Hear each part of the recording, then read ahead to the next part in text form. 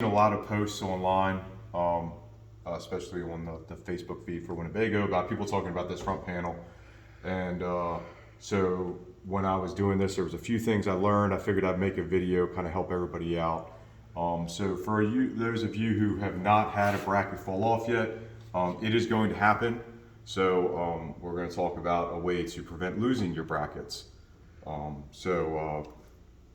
And go through a couple pictures here. So I should have done a video when I originally did this, but we were at a campground. We actually lost our front end on the way.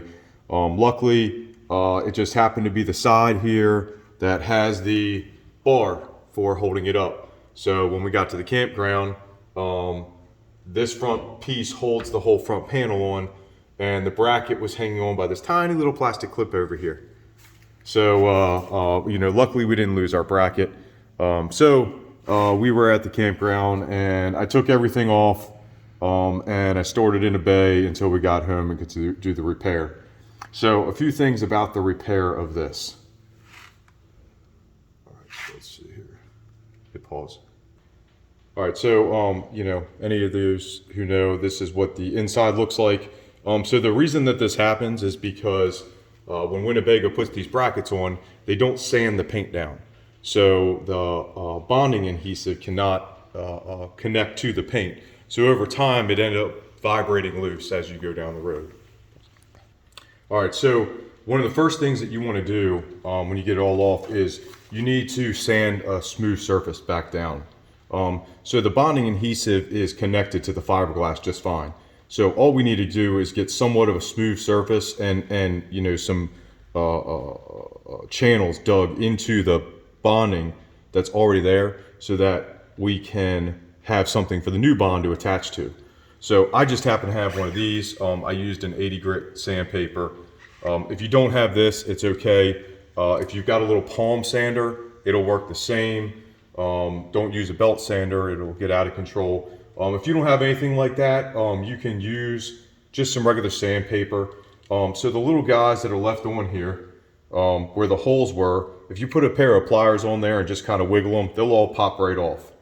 So you can get those out of the way. Take some sandpaper. If you're doing it by hand, use a slightly heavier grit to start out with to kind of really rough it up, and then come back with like an 80 grit and just get it as best you can so it's got something to grab onto. All right, so the next thing we're going to want to do, and I actually ended up doing both brackets because when I got back, I realized that this bracket over here, when I wiggled it, it was a little bit loose.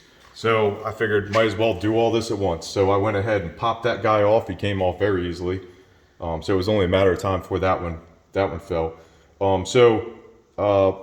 You're going to want to use a particular bonding agent. And I'm going to show you a picture of that in a minute. A lot of people out there have posted how they're using JB Weld. JB Weld is probably a very good solution temporarily, but if you want this to last the rest of the time you have your coach, doing it this way, you're not going to have a problem anymore. You use the proper bonding agent. You make sure to sand down the bracket on the side that's going to be touching the body on the inside. You don't have to sand down the whole bracket. You just want to get that paint off of there. Again, if you don't have any tools to do that, some regular sandpaper, just to get that coating off of there. And you'll see what I'm talking about when you're looking at your bracket, where it's real shiny like your body is. So in order to clamp it on, I just happen to have a pair of these clamps right here, which you can see in the video. So they've got a nice big U shape and they're perfect for getting around there. If you don't have something like this, that's okay. You can use other types of clamps. You just might need a block of wood. So for instance, I've got a pair of quick clamps here, and then just a block of wood. So if we come around here to the inside, obviously if I do like this, it's gonna get caught on the edge of the bracket. So I'm just gonna take the block of wood and I'm gonna put that on the inside and then put this on the outside and clamp it on. The clamp doesn't have to be super tight. The only point of the clamp is so that the bracket doesn't move while the bonding adhesive dries. It's going to be stuck there in about 60 minutes. Really, I think the total drying time was something like 4 or 5 hours, and then 24 hours to fully cure. All right, so this is the bonding adhesive. It's by 3M. It's called Panel Bonding Adhesive. Now the one problem is that it requires a special kind of caulk gun that pushes both sides at the same time. You can buy this whole kit on Amazon. It's like 120 bucks. I'll put a link in the description for where it is on Amazon. It comes with the gun, it comes with the panel adhesive and everything like that. But again, this is the right way. I just happen to have a buddy who is a body guy. He brought this all home to me, and it didn't take a lot. You know, it's unfortunate. Anybody who's done caulking before, you buy a giant tube of caulk and you use 1/10 of it. This is going to kind of be the same thing. You don't need a lot.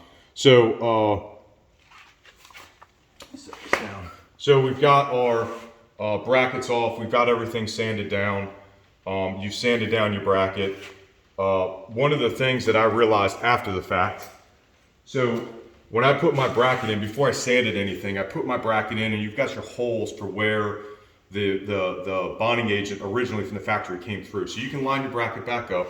So what I did was, on this side of the bracket right here at the top, I put a tiny little pencil mark right here. And then I found a spot here on the bracket, and I put a pencil mark. And then down here where this side is, I put a pencil mark. That way I knew where they put the bracket in factory-wise. So I did that on both sides. Now I have no doubts that I put the bracket fairly close to where the factory was. But one of the problems I ran into was that we've got this little hook here that the latch, when you turn the key, hooks onto.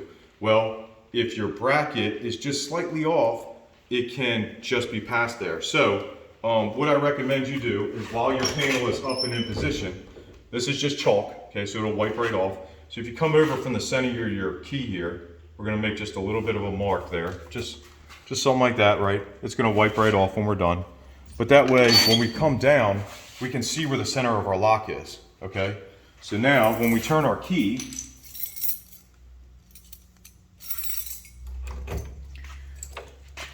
we see that this guy flips up, right? So when we come up with this, if we know that this center point right here is where this chalk mark is, then we know that from the center point of here to the top of here is where how much room we have on our catch bracket. So what I ended up having to do with mine is I had to loosen up the screws. You can see on this one, it's much more of an angle over here. But I had to loosen them up, and I had to really tweak it in order to get it to hook. So that's one thing you might want to take into consideration. Put a little mark here, take a measurement, make sure that wherever your bracket lands, you're going to be able to hook your piece there. So if we take that and then we go and we say, okay, so this is the total height distance to here. So this is the top of our little latch thing. And you can see, I got my mark here. If we line up, right, I get a nice grab. But when I first did it, it was barely hooking. And if I vibrated and just kind of pushed down, because this is not super secure, but if I wiggled it just enough, it would slip off. So that's why I had to adjust my bracket. So you may have to slide your bracket down or up just a little bit to make sure it catches right. When you put the bonding adhesive on and you have your clamp on, it's going to be very slippery, like trying to hold two pieces of board together with grease or something in the middle, where they're kind of want to slide all around. So you'll be able to move it just a little bit and then really clamp your bracket. Once you have it exactly where you want it, you'll be able to take a step back, make sure everything lines up, and then you'll be good to go. If you need to adjust, that's fine. It will move around. One of the other things that I did is anybody who looks at the bracket that hasn't fallen out, you got these little nubs sticking out where the adhesive has just kind of come through. I put on a rubber glove and took my hand and ran it across there. So I have all that extra adhesive all over the place. I've even put some on my hand and rubbed it all around. So now, and I don't know how well this is going to be lit. Hang on, let me grab a flashlight.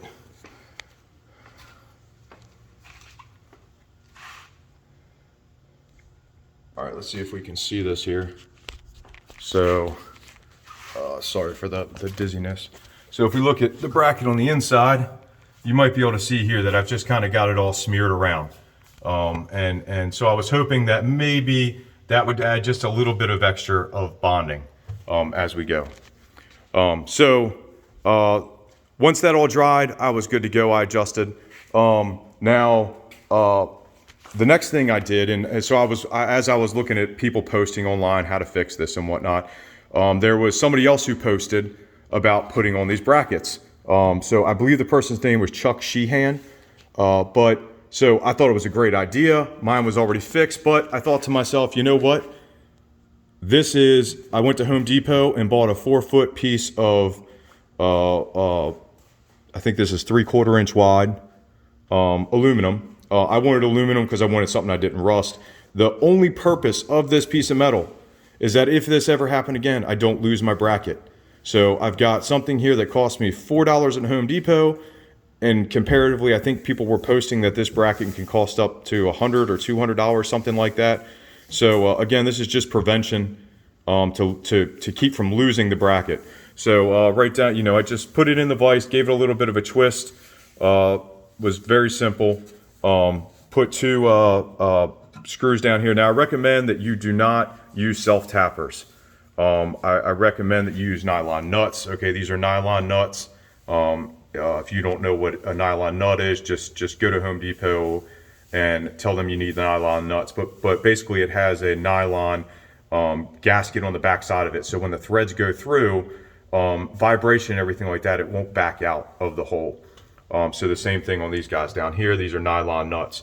So I don't ever have to worry about that falling off. Plus it gives it a little bit of extra stability. So you can see I can really shake the hell out of this thing and it's not going anywhere. That was that whole thing. And so it's all good to go now. I don't have any additional problems. I think I'm going to be holding on to that for a long time. One last note, I did have to replace these 2 screws with something longer to get through that nylon nut. So you can see that I put the screws into the bracket here because these guys are weld nuts. Weld nuts mean that they are attached to the bracket with a spot weld. So I put those they're on with weld nuts, and then it's just sticking out, and I slid that on. So if anybody else has any other tips or tricks that they added for putting their brackets back in place, post it in the comments. But I hope this helps people out there. And again, if you've got a newer unit, this hasn't happened to you yet, it will happen to you. So at the least, go and add these brackets on here so that in a year, 2 years, 5 years from now, when the putty or the bonding adhesive breaks loose, you don't lose your thing down the road. And again, the other problem that I would have had if this wasn't attached, the bracket fell down, it was kind of holding it tight to the front of the body. But this would have just dropped down like this, like you're seeing it now. I would have had no idea going 65 miles down the road that this is bouncing up and down. It could have really fricked up my front end. Luckily, this was all of the damage that I had. And actually, that's not even damage to the body. That is just the plastic that's on the front of the coach. Now, one other thing I wanted to add here. All right, so while I was messing with the whole front end here, I realized that my grill was loose. I happened to bump against it and realized it was kind of bouncing all around in there. So while I had all this bonding adhesive, it's the exact same thing. You can see here, I hope it's not too dark, but there's brackets all around. Right here, you can see the bracket, but they're all around. And so that one down there, and that one, and this one, and that one, and that one, and that one, and that one, all of them were loose. So it was only a matter of time before this whole thing fell off the front. So I just happened to be in my garage when I found this out. So I squeezed a whole bunch of the bonding adhesive in there. Again, I took, it was the whole panel had not come out yet. So I just took some regular sandpaper and stuck my hand in there and just worked it back and forth, 60, 70 seconds on each of the individual brackets just to kind of rough it up as best as I could. And I put the bonding adhesive in, and then it's like, okay, well, how do you clamp that? Well, I came up with this great ingenuity. I used my garage door. And so I took a rope and I started on one end and I went through the loops on the hinges for the garage door and just back and forth and just pulled it to the garage door, let it sit like that for about 4 hours, and now it's solid as a rock. So look for those little things around the front end. So your whole front end of your coach is fiberglass. A lot of these brackets and everything like that are attached with this bonding adhesive. Once you get inside of there, you'll really see it. So take a little time while you're doing this, while you've got your bonding adhesive, and look for any other loose brackets or any brackets that may be coming loose in the future. And take some time now to while you got the stuff all ready, to go ahead and try to fix all those other points. Again, if you sand off the paint and you make sure you got a nice surface to work with that the bonding adhesive can grab onto, it should fix your problem for the future, and it should be good to go. So next time,